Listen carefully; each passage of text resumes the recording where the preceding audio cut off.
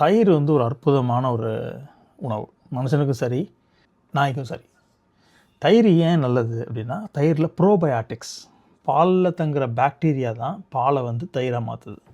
தயிரில் ஃபுல்லாக பாக்டீரியாஸாக இருக்குது. ஆனால் அது உடம்புக்கு நல்ல பாக்டீரியா, எஸ்பெஷலி குடலுக்கு நல்ல பாக்டீரியா. தயிரை வந்து மாடரேட் குவான்டிட்டி, அந்த மாடரேட் குவான்டிட்டியில் கொடுக்கலாம். ஒரு வேளைக்கு 1-2 டீஸ்பூன் தயிர் சேஃப். சில பேர் வந்து டாக்கு சாப்பாடு கொடுக்குறவங்க, டாக் கிபிள்ஸ் கடையில் வாங்கி கொடுக்குறவங்களே, அதில் நான் இப்போ என்னோடய ஜெர்மன் ஷெப்பர்டு இதுக்கு முன்னாடி வச்சுருந்த ஜெர்மன் ஷெப்பர்டுக்கே சில சமயம் ஃபுட்டில் தயிரை கலந்து கொடுத்துருக்கேன்.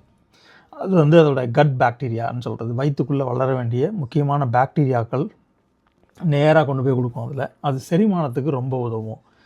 இன்டைஜஷன், அஜீரண கோளாறு இருக்கிற டாக்ஸுக்கு ஹெல்ப் பண்ணும்.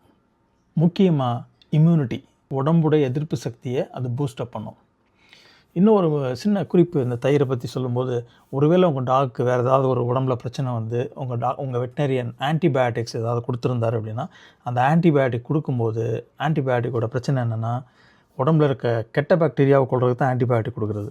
ஆனால் அது நல்ல பாக்டீரியாவையும் சேர்த்து கொள்கிறோம்.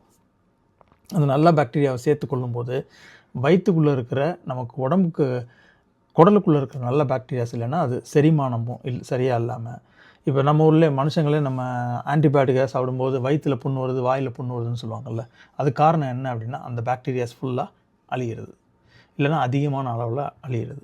அதை திரும்ப ரீபில்டு பண்ணுறதுக்கு இந்த தயிர் உதவும். அதனால் 1-2 ஸ்பூன் தயிர் நீங்கள் டெய்லி கூட கொடுக்கலாம். ஆனால் டாக் உடைய பப்பியை ஒன்று வளர்த்துட்டு வர்றீங்க, திடீர்னு நாள் தயிர் கொடுக்குறீங்க, அது சரியாக வயிற்றுக்கு டிஸ்டர்பன்ஸ் பண்ணுது அப்படின்னா நீங்கள் அளவை குறைக்கணும். 3வது காய்கறிகள். காய்கறிகளில் வந்து